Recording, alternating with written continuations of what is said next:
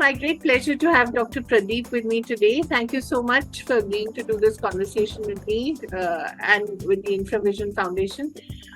Sir, I'd like to ask you about how you got interested in the idea of water, because I was looking at your background and it was very academic, and this is something that really affects all of us. So how did you connect your really deep research into chemistry with something that is such an everyday problem? I'm from a village. I walked 4 kilometers one way to my school through paddy fields. I played with water during my childhood. Where did you grow up, sir? I grew up, in Kerala, in the state of Kerala, then place close to Guruvayur.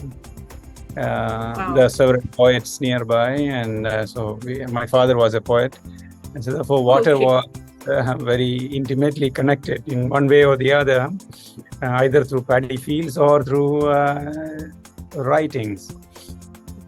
So, anyway, I have experienced, I have been living with water around me, and at one point in time, you're right that I was far removed from water, far removed from the everyday realities of life, as I explored research.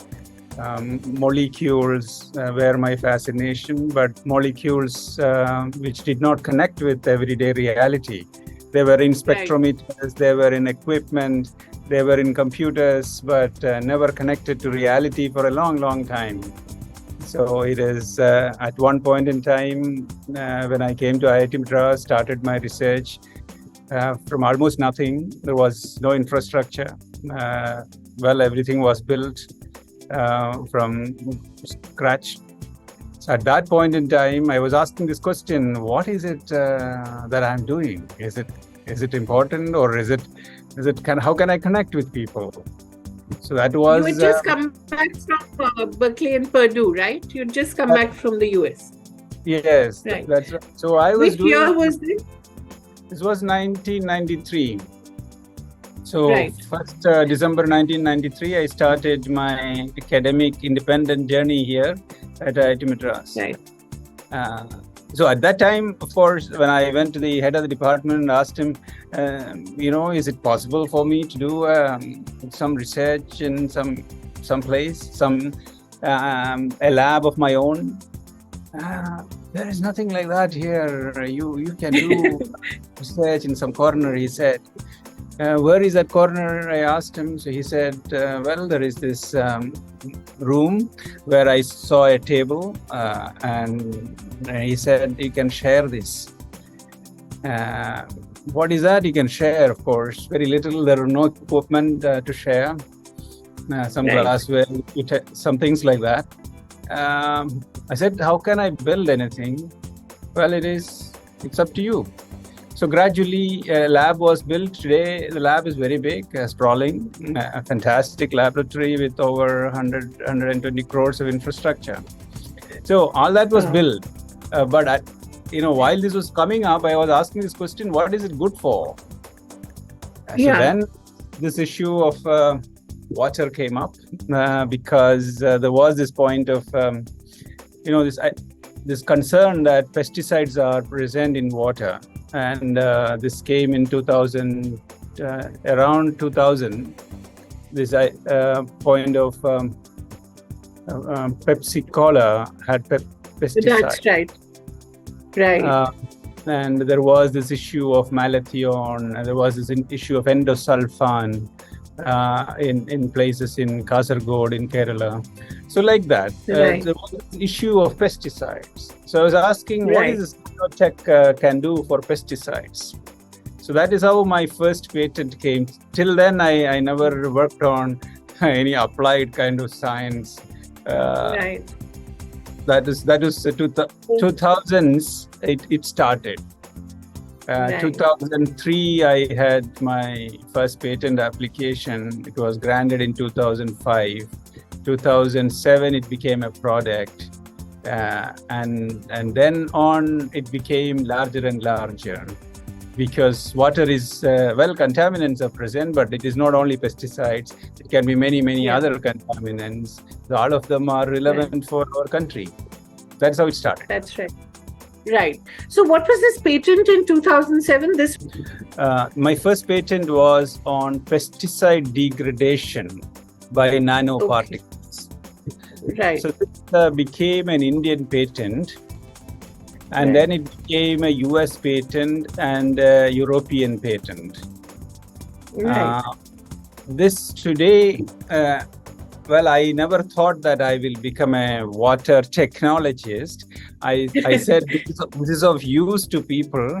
So therefore I said, why don't we license it?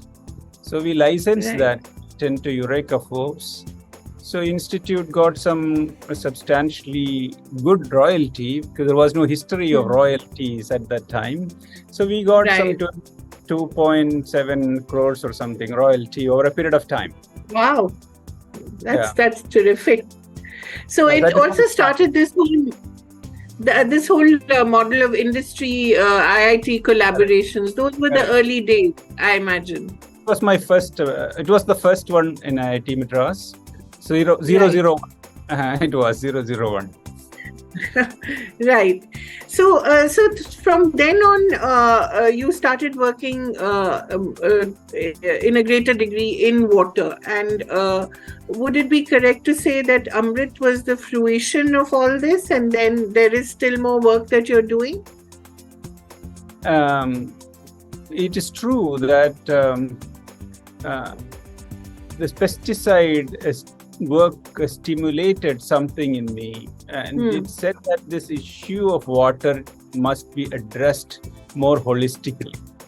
Right. Now, I kept a sort of a definition within me. That was the time I was talking about this, that water and nanotech were not related at that point in time. So I said nanotech will make a greater impact on mundane things such as water, rather than on things like high density data storage or new kinds of diagnostics, which are all important. They are all nanotech. But nanotech will also make a big impact in water. And I said that this will be possible only if that is affordable. Right. And water is a very price-sensitive market. Affordable. So I said affordable nanotech or affordable clean water was my kind of focus. Right. So I realized that will make a greater impact. And that research over a period of time, Amrit became as one of its, manifestations. Right. Right. And now I believe Amrit is widely available. Could you talk a little about how it's been adopted by industry, by farmers, how that's become 1.3 million farmers it's affected, I believe, if I'm not mistaken. So Amrit in the arsenic and iron affected regions, that is government has taken it up. Nation has approved it, and we have now about 1,700 community installations, and in several states such community installations can supply clean water to about 500 to about 4,500 people in one community installation. And many of these installations today are with sensors. And data are collected electronically, and they are displayed on a central dashboard. So this way it is monitored, both the quality and quantity. Now, this is when the piped water supply, wherever piped water supply is available, this can be connected as a community installation. If it is not there, it can be standalone water purifiers. If that is also not there, it can be home units. So, Okay. and there are many versions of these.